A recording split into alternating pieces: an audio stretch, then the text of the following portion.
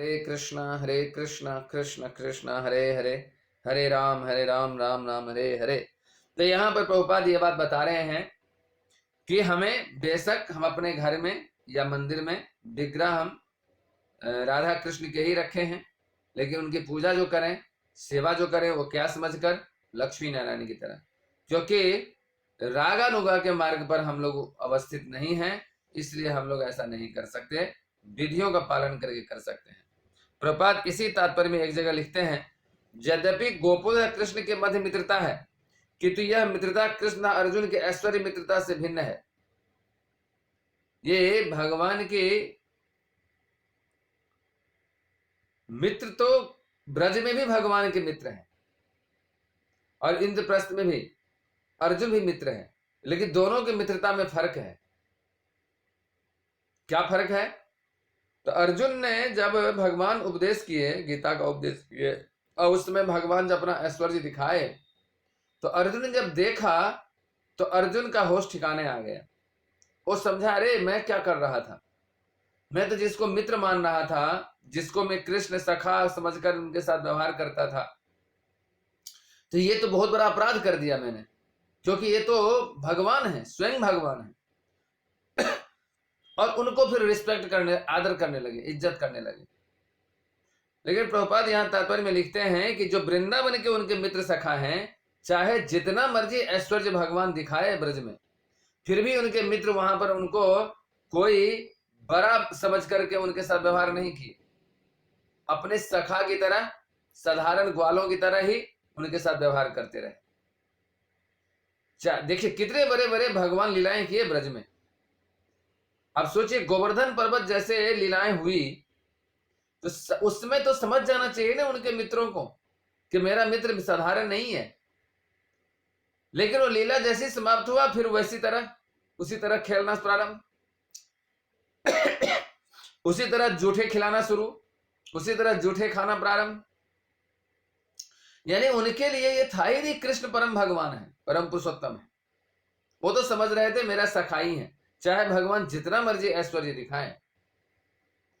लेकिन बाहर के जो मित्र हैं वो फिर इस बात को समझ गए, और इसलिए बाद में भगवान से अर्जुन कहते हैं कि आप जो आदेश करेंगे वही मैं करूंगा। और वो समझ गए कि ये मेरे साधारण मित्र नहीं है। तो ये कहने का मतलब ये है कि ब्रज के जो वासी हैं वो भगवान की जो सेवा करते हैं वो रागानुगा मार्ग के अनुसार करते हैं और भागवत धर्म विधि के अनुसार करते हैं। ब्रज के बाहर के जो भक्तगण हैं वो सब भगवान के विधि विधानों के अनुसार ही भगवान की पूजा करनी चाहिए, लक्ष्मी नारायण मानकर पूजा करनी चाहिए। तो ये आप लोग इसका तात्पर्य अवश्य पढ़िएगा, बहुत विस्तार है और आगे है, तो ये नोट कर लीजिए।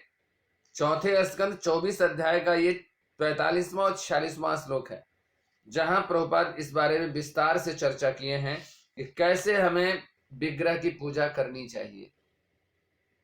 आगे शिव जी आगे और भगवान के रूपों का वर्णन कर रहे हैं। 47वें और 48वें श्लोक में क्या कह रहे हैं?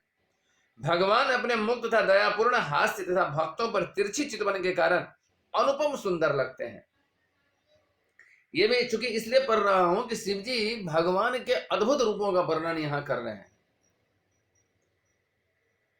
तो क्या कह रहे हैं कि भगवान अपने मुक्त तथा दयापूर्ण हास्य, अपने भक्तों पर तिरछी चितवन के कारण, जब भगवान तिरछी चितवन से देखते हैं अपने भक्तों को तो अत्यंत सुंदर लगते हैं। उनके बाल काले तथा घुंघराले हैं, हवा में उड़ता उनका वस्त्र कमल के फूलों से उड़ते हुए केसर रज के समान प्रतीत होता है। क्या सुंदर कल्पना किए हैं, क्या कल्पना नहीं है, यथार्थ है। लेकिन शिव जी यहाँ क्या कह रहे हैं कि जिस प्रकार से कमल के फूल के केसर जब हवा चलती है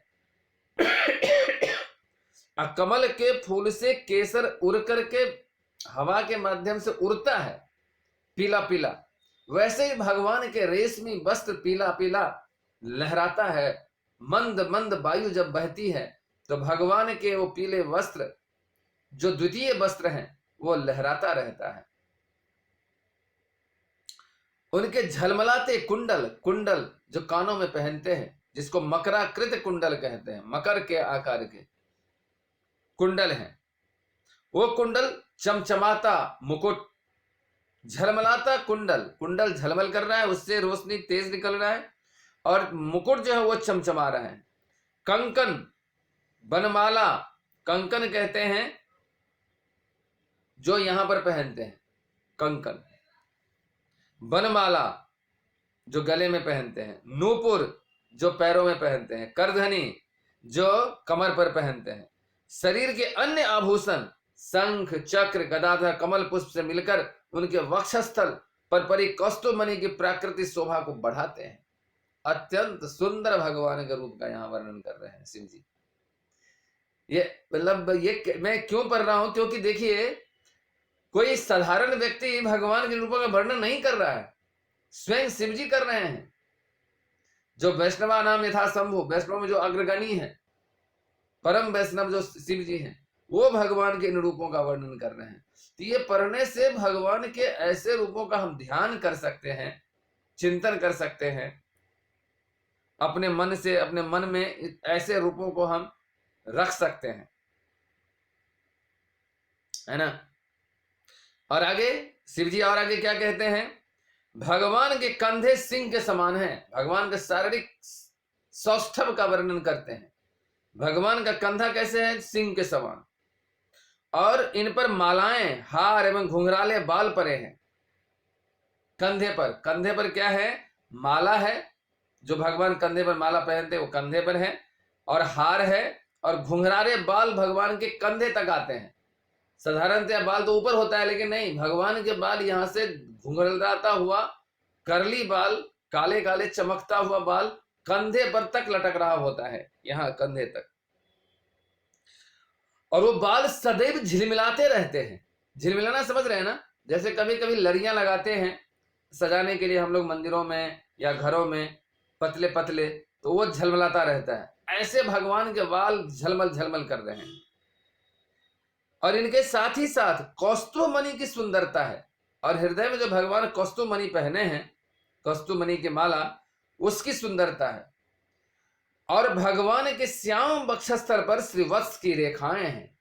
अभी हमने चर्चा किया था ना, श्रीवत्स की रेखाएं। श्री वत्स, वत्स मतलब हृदय, श्री मतलब लक्ष्मी जी, लक्ष्मी जी जिनके हृदय में है, वो जो रेखाएं हैं श्यामल वक्षस्थल पर, भगवान के शरीर कैसा श्यामल, उस श्यामल वक्षस्थल पर जो स्वर्ण रेखा अंकित किया गया है वो अत्यंत सुंदर प्रतीत होते हैं, जो लक्ष्मी जी के प्रतीक हैं।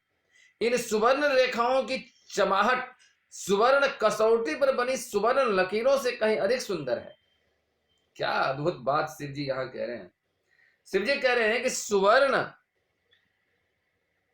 की जो रेखाएं हैं वो कैसा है, तो सुवर्ण जो कसौटी होता है, जो सोनार जो होता है, जिस कसौटी पर रखकर स्वर्ण की पहचान करता है, तो ये काला एक पत्थर जैसा होता है, उस पर स्वर्ण को जब से रगड़ते हैं तो लंबी लाइन खींचता है, तो वो जैसा सुंदर लगता है, वैसा ही भगवान के हृदय में जो स्वर्ण से रेखा खींची गई है वो अत्यंत सुंदर लग रहा है। दरअसल ऐसा सौंदर्य सुवर्ण कसौटी को मात करने वाला है। शिव जी कह रहे हैं कि स्वर्ण कसौटी, जो काला पत्थर होता है, उस पर जो स्वर्ण की रेखाएं होती है वो भी अत्यंत सुंदर होता है देखने में, तो उसको भी मात करता हुआ भगवान के हृदय पर जो स्वर्ण की रेखाएं हैं वो मात कर रहा है। श्री प्रभुपाद इसके तात्पर्य में कह रहे हैं कि भगवान के वक्षस्थल पर श्रीवत्स की रेखाएं हैं जो लक्ष्मी के चिन्ह हैं। फलतः उनका वक्षस्थल सोने की कसौटी की सुंदरता को भी मात करता है। काली कसौटी का पत्थर जिस पर सोने की शुद्धता पर रखने के लिए सोना रगड़ा जाता है, सोने की रेखाएं बन जाने के कारण अत्यंत सुंदर लगने लगता है। भगवान का वक्षस्थल अपनी शोभा में कसौटी की शोभा से भी बढ़कर है। और आगे शिव जी यही नहीं रुकते हैं, और आगे भगवान के रूपों का वर्णन करते हैं। क्या कह रहे हैं, भगवान का उदर यानी पेट जो है वह त्रिवली के कारण सुंदर लगता है। भगवान के उदर में 3 रेखाएं, साधारणतः मनुष्यों की जो पेट होता है उसमें रेखाएं या तो होती नहीं है, होती भी किसी को है तो एक होती है, लेकिन भगवान के उदर में 3 रेखाएं हैं, यानी 3 जगह से उनका पेट फोल्डेड है। 3 जगह से गोल होने के कारण उनका उदर बटवृक्ष के पत्ते के समान जान पड़ता है। साधारणतया लोगों का जो उदर होता है वो लंबा होता है, भगवान का उदर लंबा नहीं है, गोल है। और गोल होने के कारण वो बट वृक्ष का जो पत्ता होता है वैसा देखने में लगता है। और जब भगवान श्वास प्रश्वास लेते हैं, यानी श्वास लेते हैं और छोड़ते हैं, तो इन सलवटों का हिलना डुलना अत्यंत सुंदर प्रतीत होता है। भगवान जब श्वास लेते हैं तो पेट का जो सलवट है वो हिलता है, लेते समय भी और छोड़ते समय भी, वो अत्यंत सुंदर देखने में लगता है। भगवान की नाभि के भीतर की कुंडली इतनी गहरी है मानो सारा ब्रह्मांड उसी से उत्पन्न हुआ हो और पुनः उसी में समा जाना चाहता हो। भगवान विष्णु के जो नाभि हैं वो इतने गहरे हैं कि लगता है जैसे ब्रह्मांड इसी से उत्पन्न हुए। लगता नहीं है, तो है वास्तव में सत्य। भगवान के नाभि से ही ब्रह्मा प्रकट होते हैं। तो शिव जी कह रहे हैं कि लग रहा है जैसे कि ब्रह्मांड इन्हीं नाभि से उत्पन्न हुआ है और फिर उसी में समा जाना चाहता हो। ऐसा सुंदर गड्ढा बना हुआ है भगवान के उदर में, नाभि के स्थान पर। क्या सुंदर भगवान के शरीर का चित्रण शिव जी ने यहां पर किए हैं। भगवान का कटी का अधोभाग श्यामल रंग का है। भगवान के कमर का अधोभाग, कमर है, कमर से नीचे तो भगवान वस्त्र पहने हैं और वस्त्र से ठीक ऊपर का जो भाग है जिसको कमर कहते हैं वो कैसा है, श्यामल रंग का है और पीतांबर से ढका है। पीतांबर ऊपर से भगवान ने जो द्वितीय वस्त्र होता है, कटी के ऊपर भी एक वस्त्र पहनते हैं। एक तो धोती होता है और धोती के ऊपर एक वस्त्र और पहना जाता है भगवान को, उसमें सुनहली जरीदार करधनी है। करघनी है कैसा वस्त्र का, और सुनहरी है स्वर्ण जैसे और जरीदार, उसमें जरी का काम किया गया है, कढ़ाई किया गया है, ऐसा उसके ऊपर पहनते हैं। धोती के ऊपर जो पहने हैं उसके बारे में कह रहे हैं। उनके एक समान चरण कमल, उनके एक समान चरण कमल, पिंडलियां, जांघें तथा घुटने और पम सुंदर हैं। यानी भगवान के दोनों कमर से नीचे तक, चरण तक, दोनों पैर एक समान हैं। जैसे दोनों जंघा, जैसे जैसे दोनों घुटने, जैसे दोनों पिंडलियां, जैसे दोनों चरण, दोनों समान है, एक समान। कोई किसी में कोई अंतर नहीं है। साधारणतया लोगों में दोनों एक समान नहीं होता, किसी में कुछ फर्क होता है। उंगलियां देखिए तो कुछ उंगलियां किसी का एक सीधा होगा, एक टेढ़ा होगा, कुछ ना कुछ होगा करके। लेकिन भगवान के ऐसे नहीं है, दोनों एज इट इज हू बहू एक जैसा है और बिल्कुल सुडौल है, सुंदर है। लिख रहे हैं निसंदेह भगवान का संपूर्ण शरीर अत्यंत सुडौल प्रतीत होता है, एकदम सुडौल लगता है, गठा हुआ बदन। प्रभुपाद इसके तात्पर्य में कहते हैं कि श्रीमद् भागवत में हम लोगों ने पहले पढ़ चुके हैं, 6ठे स्कंद में 3रे अध्याय के 20वें श्लोक में, जिनमें 12 महाजनों का उल्लेख हुआ है, याद होगा आप लोगों को, जिसमें शिव जी भी एक हैं, स्वयंभू हैं यानी ब्रह्मा हैं, नारद हैं, शंभु हैं, कुमार हैं, कपिल हैं, मनु, प्रहलाद, जनक, भेष, बलि, वैयासकी यानी सुखदेव गोस्वामी और जमराज जी, ये सारे हैं। तो प्रभुपाद कह रहे हैं कि शिव की पूजा करने वाले निर्विशेषवादियों को चाहिए कि भगवान के दिव्य सच्चिदानंद विग्रह के विषय में जाने। यहां पर शिव जी अत्यंत कृपा करके भगवान के अंगों का वर्णन कर रहे हैं। अतः निर्विशेषवादियों का यह तर्क कि भगवान का कोई स्वरूप नहीं होता किसी भी दशा में स्वीकार्य नहीं है। अरे जो शंकराचार्य, जो शिव जी के अवतार हैं, वो निर्विशेषवादी के प्रणेता हैं, है ना। तो उनके जो फॉलोअर हैं उनको स्वयं शिव जी के द्वारा जो ये गायन किया गया भगवान के रूपों का जो वर्णन है उसको पढ़कर समझ जाना चाहिए कि भगवान कितने सुंदर हैं और कितने रूप वाले हैं। और वो लोग तो कहता है कि खामखा के निराकार भगवान का रूप ही नहीं होता। बताइए कितने बड़े मूर्ख हैं। जिनके वो फॉलोअर हैं वो यहां भगवान के रूप का वर्णन कर रहे हैं और उनके फॉलोअर कहता है कि भगवान का रूप नहीं होता। कितनी बड़ी विडंबना है। आगे देखिए 52वें श्लोक में शिव जी कह रहे हैं कि हे भगवान, आपके दोनों चरण कमल इतने सुंदर हैं मानो शरद ऋतु में उगने वाले कमल पुष्प के खिलते हुए दो दल हों। अब भगवान के चरणों के यहां पर उल्लेख कर विशेषता बता रहे हैं, कैसा भगवान के चरण है। जैसे शरद काल में कमल का पुष्प खिलता है और उसके जैसे दो दल हैं। आप लोग देखते हैं कमल के फूलों में कई पंखुड़ियां होती है, तो उसके जैसे दो दल, दो पंखुड़ियां का जो रूप है, वैसे ही भगवान के चरण कमल के दो चरण कमलों का वैसा ही रूप दिखाई दे रहा है। दरअसल आपके चरण कमलों के नाखनों से इतना तेज निकलता है कि वह बद्ध जीव के हृदय के सारे अंधकार को तुरंत छिन्न कर देता है। हे स्वामी, मुझे आप अपना वह स्वरूप दिखलाएं जो किसी भक्त के हृदय के अंधकार को दूर कर नष्ट कर देता है। मेरे भगवान, आप सबों के परम गुरु हैं, अतः आप जैसे गुरु के द्वारा अज्ञान के अंधकार से आवृत सारे बद्ध जीव प्रकाश प्राप्त कर सकते हैं। ऐसे भगवान के रूप का दर्शन करने के लिए शिव जी भगवान से कहते हैं, आप अपने उस रूप का मुझे दर्शन कराइए,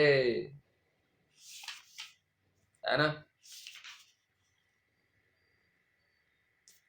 और अंत में शिव जी कहते हैं हम जैसे लोगों के लिए कि हे भगवान, जो लोग अपने जीवन को परिशुद्ध बनाना चाहते हैं उन्हें उपर्युक्त विधि से आपके चरण कमलों का ध्यान करना चाहिए। जो अपने वर्ण के अनुसार कार्य को पूरा करने की धुन में है और जो भय से मुक्त होना चाहते हैं उन्हें भक्ति योग इस विधि का अनुसरण करना चाहिए। यानी भगवान के जिस रूप का यहां पर शिव जी वर्णन कर रहे हैं उस रूप का दर्शन, चिंतन, मनन करने के लिए शिव जी यहां पर हम लोगों को आदेश दे रहे हैं, निर्देश दे रहे हैं, बता रहे हैं। परम वैष्णव हमें सिखा रहे हैं कि भगवान के किस रूप का हमें ध्यान करना चाहिए, स्मरण करना चाहिए, चिंतन करना चाहिए। तो कमोबेश इसी तरह के और भी कई जगह ये बातें बताई गई है।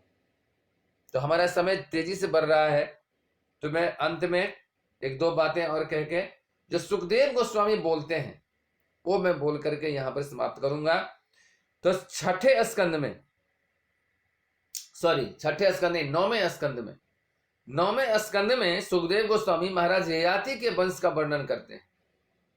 और आप लोग समझते हैं कि ययाति जी के 5 पुत्र थे, तो सबसे बड़े पुत्र का नाम यदु था।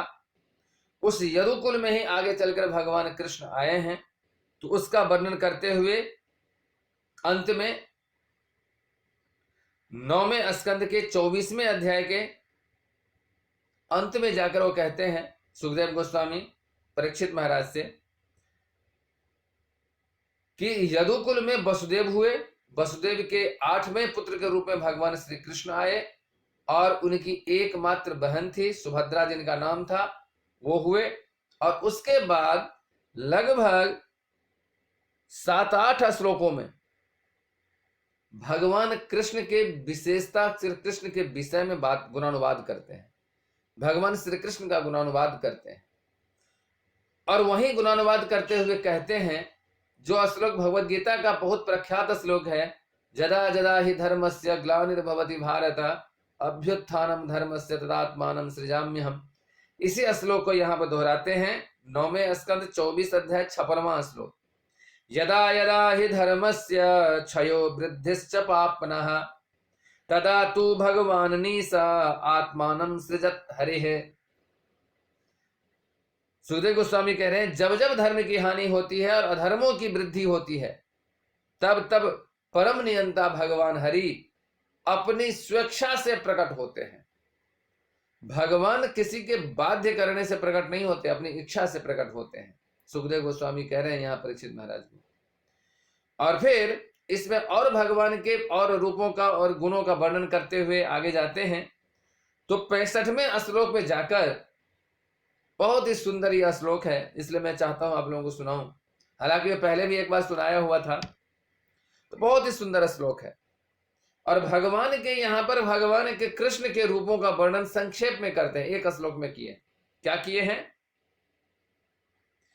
यस्याननं मकर कुंडल चारु कर्णा भ्राजत कपोल सुभगम सविलास हासम नित्योत्सवं न तत्रे पुरदिशिभिः पिबन्त्यो नार्यो नराश्च मुदिता कुपिता निमेष। बहुत ही सुंदर है।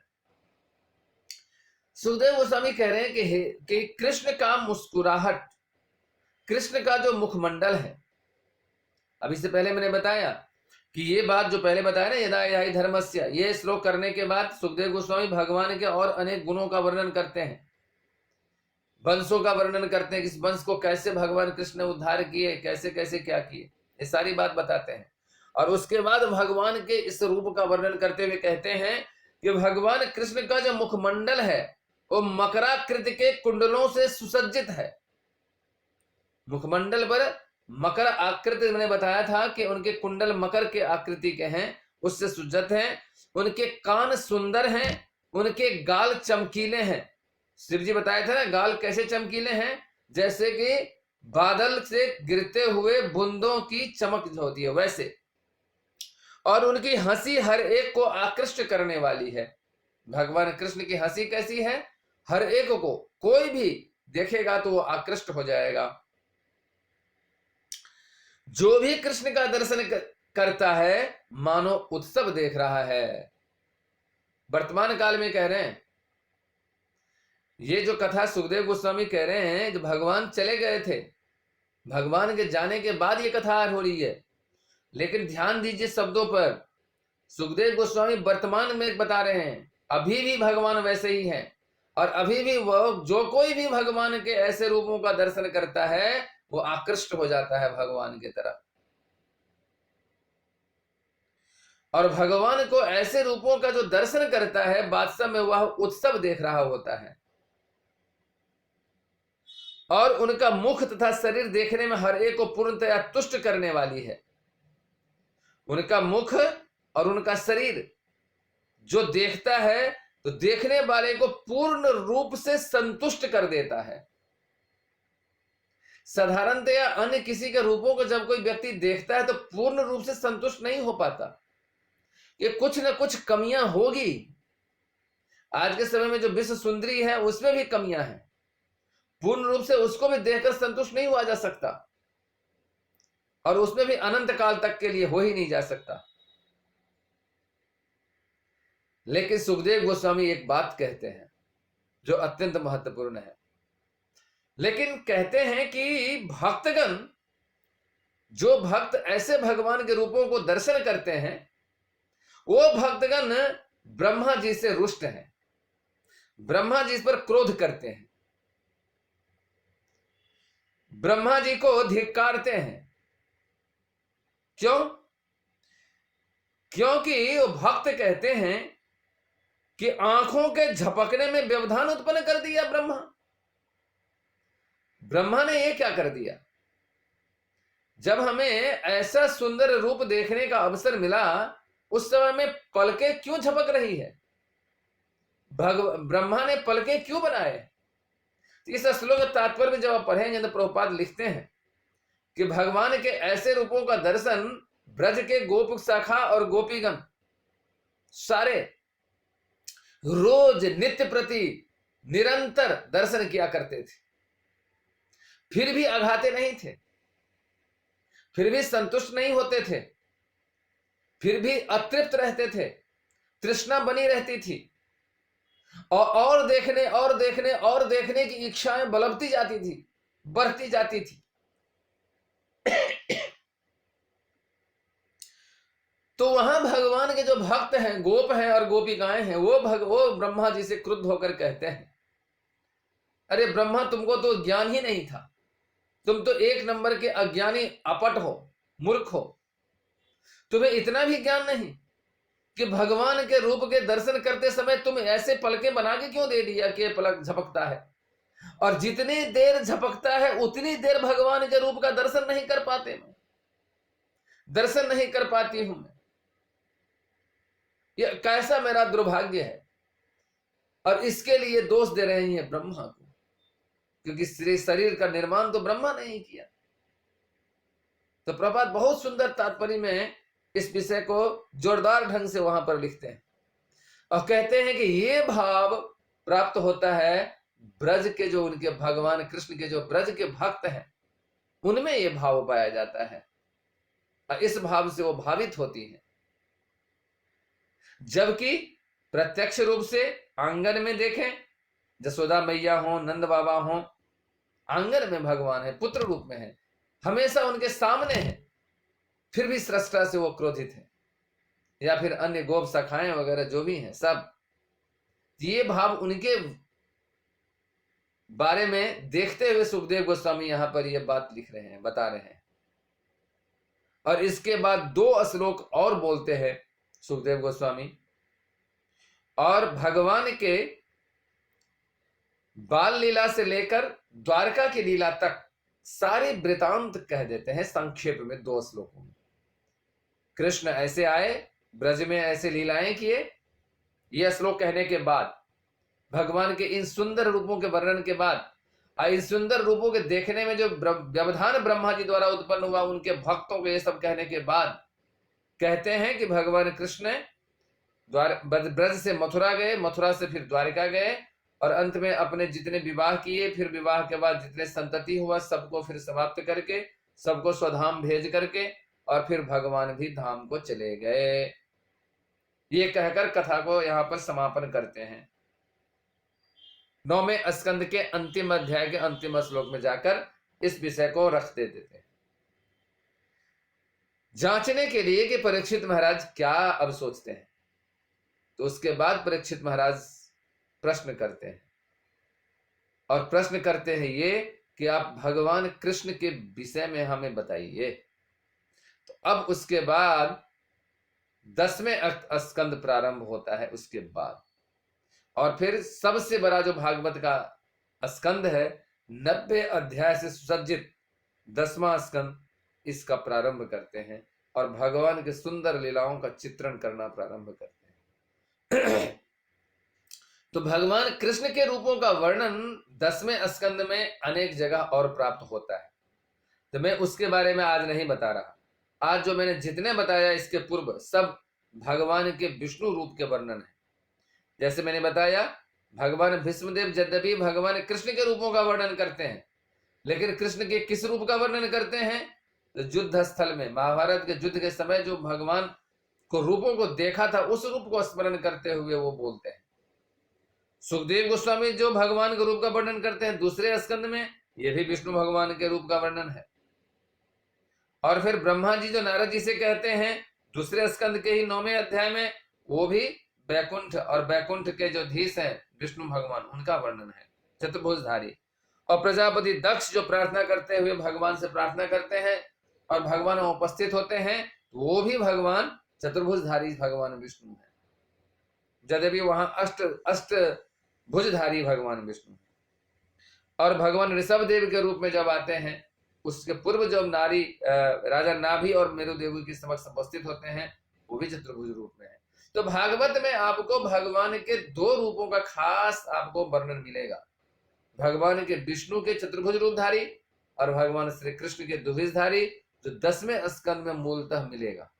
तो ऐसा आप वहां से पढ़ सकते हैं, और पढ़ने के बाद फिर चिंतन के द्वारा भगवान के इन रूपों का ध्यान कर सकते हैं।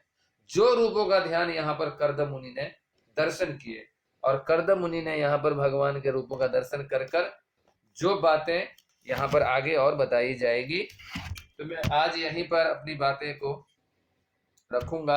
8:45 हो चुका, ठीक है। तो आगे 12वें श्लोक से आगे हम पढ़ेंगे, जिसका तात्पर्य थोड़ा लंबा है तो अब हम आज नहीं पढ़ पाएंगे। तो 12वें श्लोक से आगे हम पढ़ेंगे कि उन्होंने जब भगवान के उन रूपों का दर्शन किया, विष्णु के चतुर्भुज रूपधारी भगवान विष्णु का रूप का दर्शन किया, तो उसके बाद फिर उन्होंने क्या किए वो आगे हम पढ़ेंगे, ठीक है। हरे कृष्णा कृष्णा कृष्णा हरे हरे, हरे राम राम राम हरे हरे। तो आप सबों का कोई टिप्पणी है, कोई बातें हैं तो कह सकते हैं।